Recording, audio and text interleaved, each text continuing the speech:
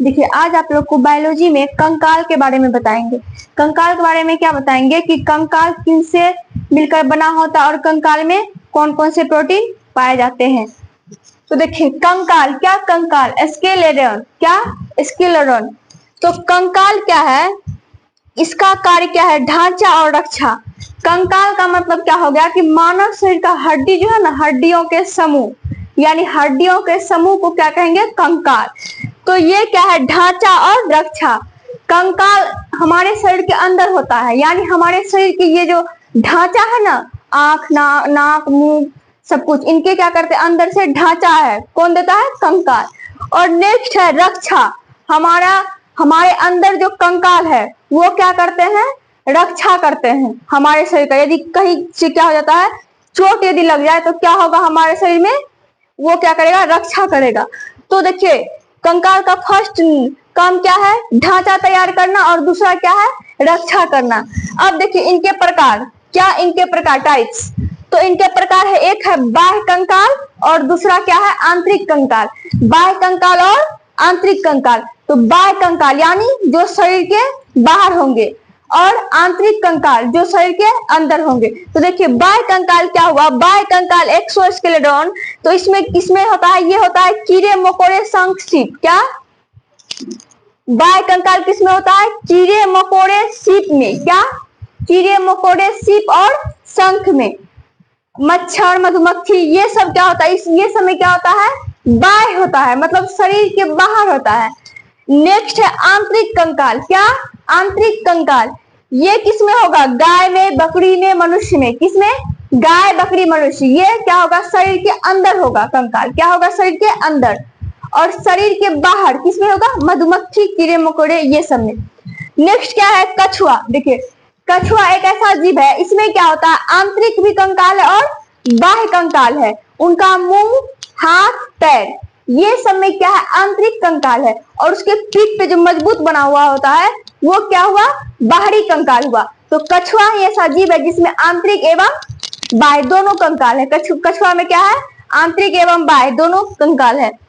Next क्या है कि ये जो कछुआ में दोनों कंकाल है।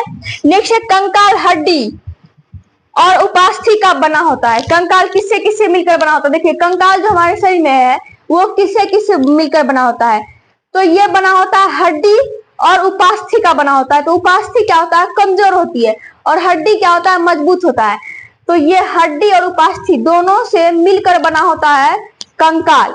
तो देखिए हड्डी जो होता है बोन, इसमें क्या होता है, कैल्शियम कार्बोनेट होता है, इसीलिए ये क्या होता है, मजबूत होता है। क्या होता है, मजबूत होता है।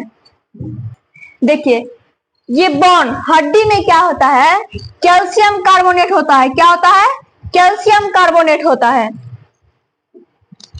कैल्शियम कार्बोनेट होता है। इसके वजह से ही क्या होता है, जैसे देखिए आप लोग कभी मीट यानी चिकन, तो उसमें क्या होगा कि मीट में क्या होता है कि पतली सी हड्डी होती है, और वो हड्डी जो होती है उसमें जो है होता है कैल्शियम कार्बोनेट होता है, जिसके कारण क्या होता है, वो स्ट्रॉन्ग होता है, मजबूत होता है। और उसमें जो मोटा टाइप में बना होता है तो वो क्या होता है, उपास्थि, कमजोर, जिनको चबाते हैं हम लोग, तो वो हो गया उपास्थि। तो देखिए हड्डी जो है ये कंकाल दो प्रकार से बना हुआ है, एक हड्डी से और दूसरा उपास्थि से। तो देखिए हड्डी में क्या होता है, इसमें कैल्शियम फास्फेट भी होता है, हल्का हल्का रहता है, मतलब नाम मात्र में होता है। क्या हल्का होती है, थोड़ी होती है। क्या कैल्शियम फास्फेट और कैल्शियम कार्बोनेट होता है जो मजबूती का कारण है। और इसमें देखिए इसमें प्रोटीन क्या होता है, ओसिन। हड्डी में कौन सी प्रोटीन होती है, ओसिन। हड्डी में ओसिन नामक प्रोटीन पाई जाती है। अब देखिए उपास्थि में क्या है, इसमें सिर्फ और सिर्फ कैल्शियम फास्फेट होता है, जिसके कारण क्या होता है, ये कमजोर होता है। यदि इसमें भी ये कैल्शियम कार्बोनेट होता है तो ये भी क्या होता है, मजबूत होता है। तो इसमें क्या होता है, सिर्फ कैल्शियम फास्फेट पाया जाता है। और इसमें प्रोटीन हो जाता है कॉनिड्रीन। क्या, कॉनिड्रीन। इसमें प्रोटीन क्या होता है, कॉनिड्रीन, और इसमें ओसिन। क्या, इसमें प्रोटीन क्या हो जाता है, ओसिन। तो समझ गए ना, बोन और उपास्थि ये दोनों मिलकर क्या बनाते हैं, कंकाल बनाते हैं। देखिए अस्थि मज्जा। क्या अस्थि मज्जा में क्या होता है, ब्लड का निर्माण होता है। जैसे किसी गर्भवती महिला के पेट में यदि गर्भ में यदि बच्चा हो तो क्या होता है, उसके शरीर में यदि WBC RBC जो भी है रक्त का यदि निर्माण होता है तो उसके लीवर में होता है। और जब वही बच्चा वयस्क हो जाते हैं, जब बड़े हो जाते हैं तो वहां ब्लड का निर्माण कहाँ होता है? अस्थि में होता है। कहाँ होता है?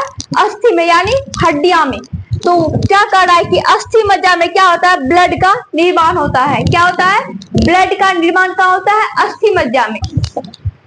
नेक्स्ट है हड्डियों के समूह को क्या कहेंगे? कंकाल। एक हड्डी नहीं, जैसे हमारे हाथ में भी कई प्रकार की हड्डी हैं, तो उसको क्या कहेंगे? हड्डियों के समूह को क्या कहेंगे? कंकाल कहेंगे। नेक्स्ट क्या है? हमारे शरीर में 206 हड्डियां होती है। क्या?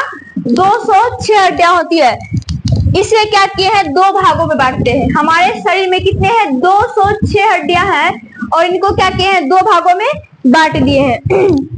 फर्स्ट है एपेंडिकुलर यानी उपांगीय। क्या?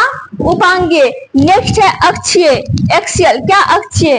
फर्स्ट है उपांगीय, नेक्स्ट है अक्षीय। तो उपांगीय क्या हो गया? शरीर के बाहर, जो शरीर के बाहर हड्डियां होती है उनको क्या कहेंगे? उपांगीय। और इनका कार्य क्या है? पकड़ने चलने का। क्या होता है? पकड़ने चलने का। शरीर के बाहर कहने का मतलब हुआ कि ये सब जो बाहर से दिखता है, ठीक ना? तो ये हो गया शरीर के बाहर 126 पकड़ने चलने का कार्य। जैसे देखिए पकड़ने, जैसे हाथ से पकड़ते हैं कुछ भी। चलने का कार्य हमारे पैर करते हैं, पैर करते हैं। चलने का कार्य कौन करते हैं? पैर करते हैं। और पकड़ने का हाथ करते हैं। उसमें क्या हो जाता है? शरीर के बाहर होता है। क्या होता है? शरीर के बाहर। शरीर के बाहर कितने हड्डियां हैं? 26 हड्डियां हैं। कितने हड्डियां हैं? 26 हड्डियां, जिनमें 30 इस हाथ में 30 इस हम यानी हाथ में कुल मिलाकर कितने? 60 हड्डियां हैं। तो देखिए क्या है? उपांगीय यानी शरीर के बाहर कितने हड्डियां हैं? 126 हड्डियां हैं। कितना? 126 हड्डियां, जो क्या करता है? पकड़ने और चलने का कार्य करता है। अब देखिए शरीर के बाहर। क्या? शरीर के बाहर कहने का मतलब हुआ कि हमारे शरीर जो है ना, इनके बाहरी से हम देख सकते हैं, दिखता है। और कुछ क्या होता है? शरीर के बीचों बीच हड्डियां होती है। क्या होते हैं? शरीर के बीचों बीच यानी आंतरिक में होती है। तो क्या हो जाता है? अक्षीय। इनको कहेंगे अक्षीय। ये क्या होता है? शरीर के बीचों बीच। शरीर के बीचों बीच कितनी हड्डियां होती है? 80 हड्डियां होती है। इनका कार्य क्या है? नाजुक अंग को सुरक्षा प्रदान करना। नाजुक अंग को क्या करता है? ये शरीर नाजुक अंग को क्या करता है? सुरक्षा प्रदान करता है। कौन? 80 हड्डियां क्या करता है? नाजुक शरीर को, नाजुक अंग जो हमारे अंदर है उसको क्या करता है? सुरक्षा प्रदान करता है, यानी उनको ढक के रखता है। देखिए क्या है?